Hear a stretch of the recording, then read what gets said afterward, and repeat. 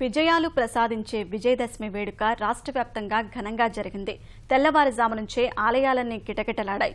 ఉత్తరాంధ్ర నుంచి రాయలసీమ వరకు భక్తజనం అమ్మవారి దర్శనానికి బారులుతీరారు.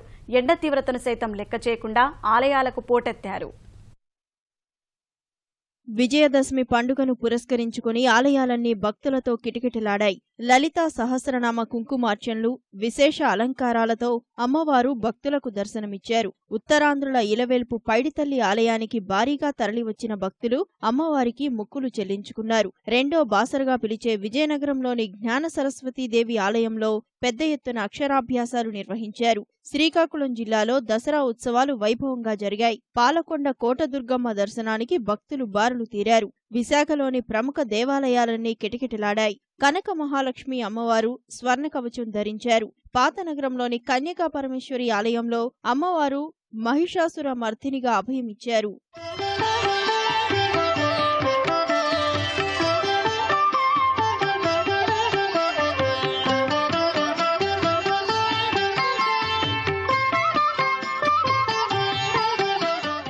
ఉభయ గోదావరి జిల్లాల్లో కోలాహలంగా దసరా వేడుకలు జరిగాయి. కాకినాడలోని బాలా త్రిపుర సుందరి అమ్మవారికి ప్రత్యేక పూజలు, రామలింగేశ్వర స్వామికి ఏకాదశ రుద్రాభిషేకాలు నిర్వహించారు. రాజమహేంద్రవరంలో వీధి వీధిలో అమ్మవారి మండపాలు పెట్టి భక్తులు పూజలు చేశారు. కోనసీమలో దుర్గామాత ఆలయాలు భక్తులతో కిటకిటలాడాయి. అమలాపురం, అంబాజీపేట, అయినవిల్లి, అల్లవరం, రాజోలు, పి గన్నవరంలోని కనకదుర్గమ్మ అమ్మవారి ఆలయాలు భక్తులతో పోటెత్తాయి. తణుకులో శ్రీ వాసవి కన్యకా పరమేశ్వరి అమ్మవారు రాజరాజేశ్వరి అలంకారంలో దర్శనమిస్తున్నారు.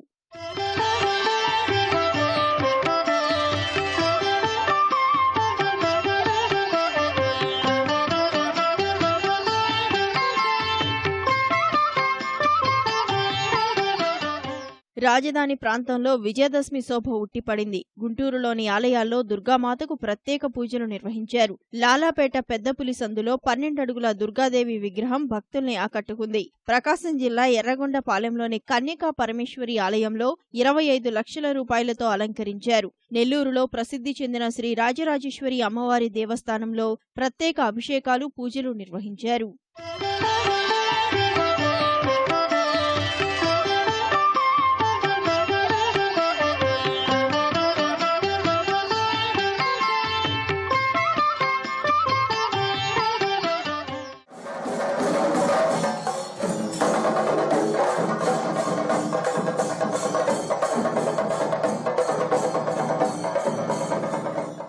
రాయలసీమలో దసరా వేడుకలు వైభవంగా జరిగాయి. శ్రీశైలంలో భ్రమరాంబికాదేవి, మల్లికార్జున స్వామికి ప్రత్యేక పూజలు నిర్వహించారు. భ్రమరాంబికాదేవికి కుంకుమార్చనలు నిర్వహించారు. ఉప ముఖ్యమంత్రి కేఈ కుటుంబ సమేతంగా మల్లికార్జున స్వామిని దర్శించుకుని స్వామివారికి రుద్రాభిషేకం, భ్రమరాంబికాదేవికి కుంకుమార్చనలు చేశారు.